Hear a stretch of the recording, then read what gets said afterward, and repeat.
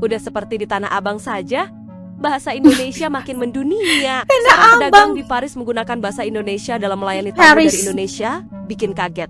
Video ini dibagikan oleh seorang pemilik akun bernama Ricardo. Ketika sedang berbelanja oleh-oleh di Paris, tidak sengaja dia menemukan toko baju yang pemiliknya bisa berbahasa Indonesia. Tidak hanya itu, mereka juga suka mendengar lagu dangdut koplo dari Indonesia. Dangdut koplo.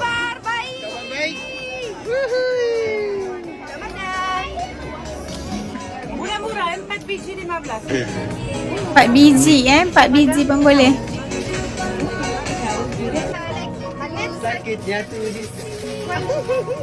Oh, lagu-lagu koplo nih.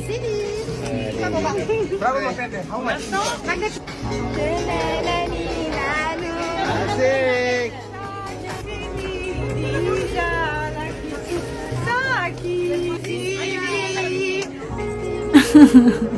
I love Indonesia. Oh, iya. Apa kabar baik? Kabar baik. Murah. Sakitnya tuh di sini. Dari Paris kita Itu menuju Rusia, bahasa Indonesia win di Rusia banget. cukup populer. Bahkan sebenarnya ada jurusan mata kuliah khusus Indonesia dan budaya Indonesia di Rusia. Bahkan kursus bahasa Indonesia ada di Rusia. Aku pergi ke pertemuan pembukaan kursus bahasa Indonesia di Kedutaan Besar Republik Indonesia di Moskow. Aku belajar bahasa Indonesia sendiri selama 4 bulan, tapi akhirnya saya akan memiliki guru. Aku disambut oleh orang-orang yang ramah dan bersahabat di Kedutaan. Universitas-universitas Rusia di mana ada program pendidikan bahasa Indonesia. Yang pertama adalah Universitas Negeri Kota Sankt Petersburg yang terletak di Kota Sankt Petersburg. Di universitas itu, bahasa Indonesia diajarkan sejak 1950-an dan termasuk alumni universitas itu. Yang kedua adalah Universitas Negeri Kota Moskow. Universitas itu adalah salah satu universitas terkenal di Rusia dan paling prestisius. Yang ketiga adalah Kazan Federal University yang terletak di kota Kazan. Di Universitas Kazan itu diajarkan bukan hanya bahasa Indonesia tetapi juga geografi, sejarah, politik, ekonomi Indonesia. Yang keempat adalah Universitas Unimo. Fokus utama universitas tersebut adalah hubungan internasional dan politik internasional. Yang kelima adalah Institut Negeri-Negeri Asia. Fokus universitas itu menuju ke penelitian mengenai negara-negara Asia dan Afrika. Kalian pasti terkesima kalau ada orang Australia yang menjual makanan Indonesia di Australia dan fasih berbahasa Indonesia. Aksinya Indonesia sekali, begitu juga dengan makanan yang dijual. Halo. Jadi makanannya apa aja? Makan nasi campur ala Bali. Oke. Jadi ada ayam sisik, Ala Bali. ada urap, ada sambal matah, kacang tanah, timun sama nasi dong. And ini tempatnya namanya Kelapa. Kelapa Karena di- semuanya pakai kelapa. I didn't even get that. Yes. And then it's di mana ini? Hot Spot. Lang Kelly Place. I will subtitle this. Thank you. Lain kali Check out their place. At Kalapa, Sydney, amazing people, beautiful food. Dari Australia, sekarang kita berada di Jerman. Di Jerman bahasa Indonesia juga populer. Ternyata banyak juga orang Jerman yang belajar bahasa Indonesia. Karena dulu pernah ada pertukaran pelajar dan pastur antar negara. Sehingga sekarang bahasa Indonesia juga berkembang di Jerman. Yo, orang di Indonesia. Hari ini saya mau menunjukkan skill saya di bahasa Indonesia, yo. Bagus Pak Ajaf. Mulai. Nama saya Gerrit, saya tinggal di Jerman, di desa kecil dekat ibu kota Berlin. Saya punya keluarga, satu kembar, nama dia Bennett, dan satu kakak, dia duduk di mana, nama dia Leo. Dia 5 Duduk di tahun mana? lebih tua. Saya belajar untuk 4 bulan sekarang. Dan jika saya tiba di Indonesia, saya mau bertemu banyak-banyak orang.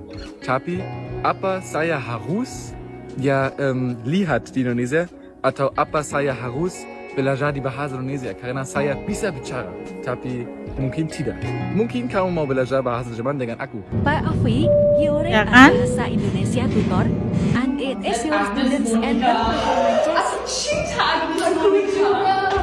Acara televisi perjalanan Indonesia yang ke tempat-tempat wisata dengan televisi dan saya. Akhirnya perjalanan panjang selesai. Pada hari ini saya akan pergi ke Candi Borobudur. Enak sekali. Oh, apa namanya? Namanya Casagrande.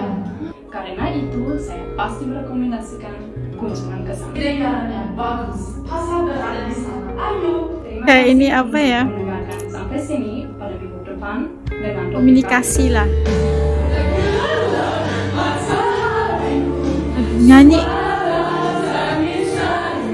Udah selesai ya. Ujiannya udah selesai. Maaf, Ibu Yanti, bisakah Anda memfoto kami untuk Agnes Monica? Baiklah. Ini ikat dari timur Indonesia. Iya. Klik, klik. Ini batik dari Jawa. Lah, kok bisa ya Tanah Abang, pasar Tanah Abang tuh pindah ke Paris? Ya Allah, kayak gitu sekali ya. Kita melihat bagaimana sebenarnya bahasa Indonesia itu udah mendunia banget sampai ke Paris gitu kan. Cara jualannya juga cara jualan orang Indonesia gitu kan.